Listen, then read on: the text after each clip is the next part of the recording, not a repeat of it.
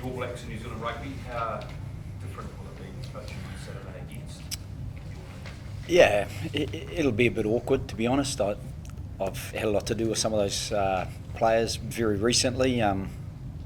Probably not that different from going to the World Cup and coaching against Ireland, or even being called in late. A couple of years ago for that first test in Eden Park in that week, up against some Irish boys who I'd coached for 10 years. And you build relationships with those people. You have a lot of respect for those people, and it's the same with the All Blacks. So it's awkward, but you have a loyalty to the group of men you're working with at the current time, and players understand that of all people, because they go up against each other and then form a team in a national sense, as opposed to playing Super Rugby against each other.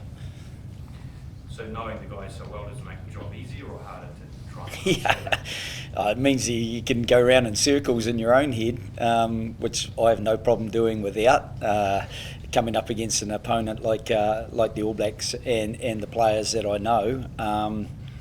It certainly means that you understand just the firepower that they do have, and the horsepower up front as well. So you understand what you're coming up against, and I'm pretty sure the Australian players know that already. This is our most regular foe, Super Rugby included. So the opposition, I think both teams know each other really well. Can you see what the All Blacks are trying to do under their new coaches, or do you think they're still trying to beat it? Well, they've had a little bit of a change, obviously, so they might have started in a direction and come away from that a little bit. And so, to be honest, I've really been super focused on the team that we have here. It's the first time I've ever taken over a team, particularly at this level, and not had a really good period of time with the players.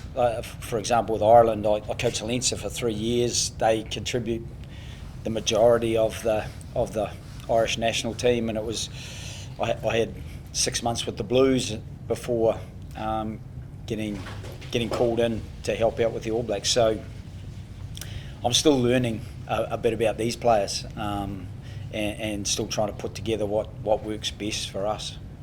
Joe, can you just open up in the halves? Just what sort of led your sort of decision to go Nick at 9 there? Getting back from Santa Fe, that took its toll, that game. There was a few boys who were a little bit ill and a little bit run down, and Nick hadn't played. He was the freshest, and we just felt that making an early decision in the week to go with Nick. He has great leadership. All the Nines have great leadership. They've all at some stage been skipper of their Super Rugby side. So Nick was a pretty good fit, and a good fit with Noah. They're both originally from the Brumbies. They've played a fair bit of time together, so we just felt that combination would be a good one to start us off on Saturday. Talk about making your decisions. At what stage did you know Hunter was fit, ready to go, and what can he add to that 12 challenge? Yeah, he got through training on Tuesday. That's when we knew he was fit to play, and he felt good after Tuesday. Hunter's a really punchy player for us. I think Hamish Stewart did a really good job, particularly in that first test in Argentina. But Hunter's got good experience as well with Lenny Ikato. So those two together, I think, as I said with Nick and Noah, having combinations does help with cohesion, and so that was a good pairing for us, we felt. You mentioned a bit of illness there. Was there actually a bit of a bug through the camp before the second Argentina? Yeah, there was a bit of a bug, but nothing that affected the whole team. There were just individuals who got a little bit knocked around by it, and everyone's back on deck now. We had there was still a little bit of a lapse for a couple of guys at the start of this week who are not involved, but they're all back 100% now. So some of them who aren't involved this week may well be involved next week. You've had better part of 2 weeks. chance to obviously unpack what happened over there. With that time to reflect, what are the biggest things you need to fix? Well, obviously we leaked 9 tries, and I think we gave the ball up too easily. Then we got disconnected defensively, and as I described it, we fell off a bit of a cliff once. When the score was 41-27, one more score and we potentially can get 2 bonus points. But from 41-27, it blew right out. With maybe a bit of inexperience, we overchased things, and then when we overchased things, we destabilised ourselves, and it allowed them on the break to come back and hurt us. Is there any contemplation of 2 sevens? College has done well for you.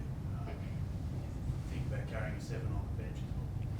Yep, both those things, Beto. Carlo's been outstanding, absolutely outstanding. I think prior to that Santa Fe test, he attempted 62 tackles and made 62 tackles in 3 test matches. He got 3 turnovers in the test match in La Plata. So he's been outstanding. I think Fraser was probably outstanding before that. So trying to find a place for both of them, it's something we did consider. But we also feel Harry's gone really well, and Rob Valentini is Rob Valentini. Joe, coming back from Argentina, you said after the game, you had 3 really good halves over there, and one that was just below standard. Getting back into camp, is there a way to sort of find the confidence from those sort of moments, without sort of having that last sort of 25-30 minutes affect the team heading forward? Yeah, it's a good question. We'll find out a bit about it on Saturday. Hopefully we've built a little bit of confidence back. But you can't build confidence on porous foundations. I think we had to get a bit of a dose of reality first, and accept that we'd overreached at times, we'd disconnected at times, and we hadn't seen things early enough to get in front of them. So, there was a little bit of reality at the start, and then hopefully we get a bit of an upswing toward the end of the week, and obviously on Saturday. Sorry. I suspect when the All Black squad, particularly looking at Will Jordan moved once again from fullback to wing, is there a reason you think why international coaches just keep making that switch with him? No, I'm not sure why they've made that switch. Obviously, during my time, Will played both 15, but mostly 14. I think one of the things is Beauden Barrett's experience and his kicking game and his voice in the backfield. I think can be a really good foil for Damien McKenzie, but that's from my experience, and my experience with whichever 10 was playing. Beauden's experience and his ability to be a second pair of hands is outstanding as well. Not that Geordie is lacking anything there. He's a very skillful player as well. So, as I said, I understand the firepower that we're up against on Saturday, and I understand that, having been associated with them and watching that World Cup final and playing, 55 minutes with 14 players and losing by a point, where you have a couple of tries in the second half and one that didn't count. That's how narrow the margins were. So, that's how good they are. So that in itself should keep our Wallaby boys on edge, I've no doubt. You talk about that firepower. Obviously, you have to do everything well to compete with the All Blacks. What are the non-negotiables that you can't get wrong and you must get right to have a chance? Yeah, I think it starts like it does all the time with set piece. That's kick-off, scrum and line-out. I think our scrum has actually been pretty good until last week. We again didn't do what we'd expected to do in that game in Santa Fe, but our line-out operated well. I think you've got to stop their line-out more, so you've got to be able to make sure that you're really well prepared for that. I know their counter-attacking threat. I've seen it up close. I've even enjoyed it in the past life. But we've got to make sure that we close their space down and make sure that we don't give them anything that they can sneak through and play in behind, because once they're in behind you, they've got, as I mentioned, a lot of firepower to stay and play on top of you. So that'd be some of them. Turnover ball, I think they've got, in their 7 games so far this year, they've got a dozen different guys who've poached the ball at tackle. A lot of times you play a team and you're worried about 2 or 3 guys who are very good over the ball. That's another weapon that allows them to play off the back of that against destabilised defence. So again, making sure we look after the ball well, we don't overplay and dig a hole for ourselves without having support around the ball carrier. So everything basically. What did I leave out? Yeah, across the board, they are a handful, without a doubt. It seems like you've got a... Oh, sorry. Well, no, but just when you mentioned some of those players that you've had last year at the World Cup, and how nice is it, I suppose, that a lot of them are running out for this test and there isn't a whole lot of change in the All Blacks, particularly in the back line, I suppose, where you had a lot of those guys and you know their strengths, weaknesses. Yeah, I know their strengths and I know that weaknesses, they probably have a lot less of those than they do strengths. It's nice to see them there. It was great to see Sam Cane get back in there because I think Sam is very close to a milestone, and I've got massive respect for him as a man and a player. And I massively enjoyed the environment. They were a great group. But I really enjoy these guys I'm working with now, and it's a lot less about the coaches than you think. The players really are the guys who are growing as a group. We've probably got about half as many caps kicking off, and so there's a bit more growth to come. I think we've had 16 debutants in 7 games, which is a new leaf, but we need that to grow pretty quickly. It's safe to say no chats with them during the week. There's been chats, not this week. Bowden put me on to a good man to get onto golf courses here. Those are important things in life. Not that I've played a game of golf, I haven't had time, but there's been little bits of chat with some of those guys, and it's inevitable. I still chat to some of the Irish players. Bundy O'Key just got his Irish citizenship the other day. Bundy O'Key. So he, I'd stay in touch with a fair few of those guys. When I was back there last time, a few coffees with some of the players, just because work with someone for 10 years and not have built some sort of relationship. Last couple, please, Joe.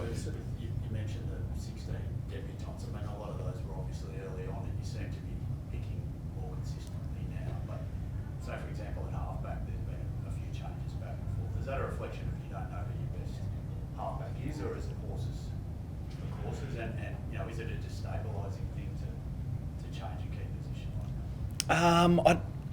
Hopefully it's not destabilising, because we all train together anyway. Hopefully there's a bit of freshness as well, because as I said, Nick White didn't play in Argentina. He was by far the freshest when we hit the ground back here in Sydney, and the other boys had some pretty decent minutes. So I don't think it will destabilise us, and particularly not Nick's relationship with Noah. They know each other really well. I think Nick still would have played a lot more with Noah than Jake Gordon has, for example. So, I'm probably not. I think we've had in total 7 tests so far. So, I'm still very much learning about the group, and some of the group are still learning about each other. Is there anything that the team can take out of being such heavy underdogs from the lower expectations and sort of backs against the wall kind of thing for this match this weekend? I don't think so. You're in your bubble really, and within that bubble, you're just trying to make sure that you're connecting well, and you've got your details sorted. Your role is clear. You're preparing yourself to deliver the fundamentals that are required from you, and so the periphery of others' expectations, that I'd be lying if I said they didn't leak in, but they are still peripheral. At the core of what your group are trying to achieve is as much cohesion, commitment, and probably that real shared collective purpose. That's what's driving them. So I think underdog or favourite, there are pressures either way, and players put pressure on themselves. Sometimes they're trying to take a bit of pressure off so they can breathe, because they start to put themselves under such weight of expectation. Joe, I know you've spoken at length about the long-term goal and there has been plenty of change, but how high is winning back the Bledisloe Cup on your priority list? Yeah, it's a great question, but I don't have the answer probably, because I would be a real pragmatist, and for me it's all about process driven. So can we get better at that and that? And a couple of the things that we didn't do well in Santa Fe, can we see marked improvement in those areas, and can we retain some real positives? We were 20 points to 3 up after 30 minutes, so the catastrophe that it wasn't for 80 minutes. So what can we take out of that game and keep building? What do we really need to build our way back and do? And so the Bledisloe is a massive trophy. It's it's something that I know the All Blacks treasure and the Wallabies would like to treasure. They haven't seen it for quite some time, and so it would be great if they could at least get a hand on it and keep it live to Wellington. But I think what we've been working on is really just trying to do elements of the game better, rather than talking about anything that's outcome focused or result focused. Joe, given what happened, Last one, thanks, Phil. given what happened the last year, 18 months, if not longer, with the coaching situation over there and the way it was handled, does it still rankle with you or leave a sour taste over it? Does it help the way it was handled? No, I mean, people make their decisions and they're put into those positions and they have that responsibility. And if they decide something, then my involvement with the All Blacks was at the behest after a phone call. So it wasn't up to me to be starting to make decisions beyond that. I would be good friends with Ian Foster, and I felt that Ian Foster carried himself in an incredibly positive manner throughout it. He gave some feedback on it because there was obvious frustration around how he thought it would impact on the team, but I just felt the way Fozzie carried himself through that period was really respectful to the rugby union and the game itself and to the team that he was coaching. So they were all things that were peripheral for me. I was just trying to work away on the grass with the players to try to help them prepare themselves as best they could for games.